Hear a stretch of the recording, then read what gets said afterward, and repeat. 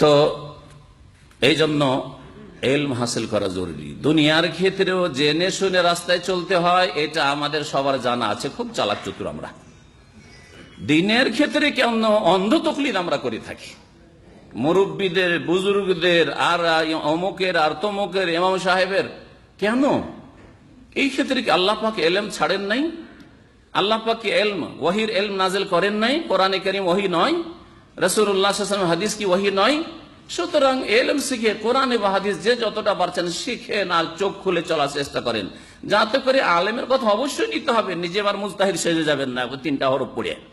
কিন্তু আলেমের কথা নিলেও চোখ খুলে, এই আলেম আমাকে আমার গন্তব্যস্থানের দিকে পৌঁছাচ্ছে নাকি ভুল পথের দিকে নিয়ে চলে যাচ্ছে, যাতে করে এতটা আপনার জ্ঞান থাকে, বিবেক থাকে, বুঝার শক্তি থাকে। এইটুকু অত্যন্ত জরুরি দিনের ক্ষেত্রে। যারা সৌদি আরবে এসেছেন আর মগজটাকে খুলেছেন, যে এখানে এসে অনেক পার্থক্য দেখি আমাদের দেশে প্রচলিত দিন আমল আর এখানকার প্রচলিত দিন আকীদা আমলে, তাহলে কোনটা ঠিক একটু যখন যাচাই বাছাই চেষ্টা করেছেন, তখন সহজে রাস্তা পেয়ে গেছেন, সহজে রাস্তা পেয়ে গেছেন। আর যারা আগে থেকে মগজে ঢুকে এসেছেন যে এখানে রিয়াল নেওয়ার জন্য এসেছি, এখান থেকে দিন নেওয়ার জন্য আসিনি, রসুলের দেশ থেকে দিন নেব না। দিন কোত্থেকে নেব? ওই ভারত উপমহাদেশের দিন নেব।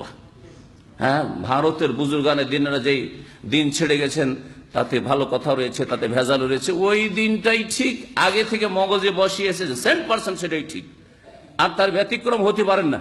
তারা যদি ভুল পথে চলে, আমিও ভুল পথে, অসুবিধা নেই। তারা যদি জাহান্নামের পথে থাকে, আমরাও জাহান্নামের পথে।